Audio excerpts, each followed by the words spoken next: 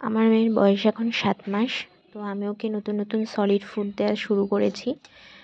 যখন যে সলিড ফুডটার সাথে ইন্ট্রোডিউস করাচ্ছি তখন শুধুমাত্র সেই সলিড ফুডটাই দিচ্ছি। যেমন অনেকে দেয় কি হয় যে ভাত, ডাল, সবজি অনেক কিছু মিক্স করে দেয়। আমি এখনও অবধি ওরকমভাবে মিক্স করে খাবারটা দেওয়া শুরু করিনি।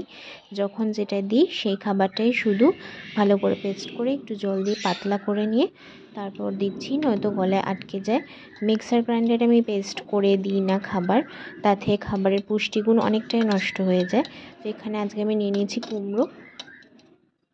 কুমড়োটাকে ভালো করে সেদ্ধ করার পর স্পুন দিয়ে এভাবে ম্যাশড করে নিয়ে একটু জল দিয়ে, ফোটানো জল দিয়ে পাতলা করে নিয়েছি। প্রথমেই যে বাচ্চারা খুব খুশি হয়ে খাবে তা নয়, প্রথমে রিজেক্ট করে, কিন্তু প্রথমে রিজেক্ট করলেও যখন খাবারটার সাথে ওদের ইন্ট্রোডাকশন ভালোভাবে হয়ে যায়, ওরা যখন বুঝতে শেখে তখন কিন্তু খাবারটা ওরা খুব খুশি হয়ে খেয়ে নেয়।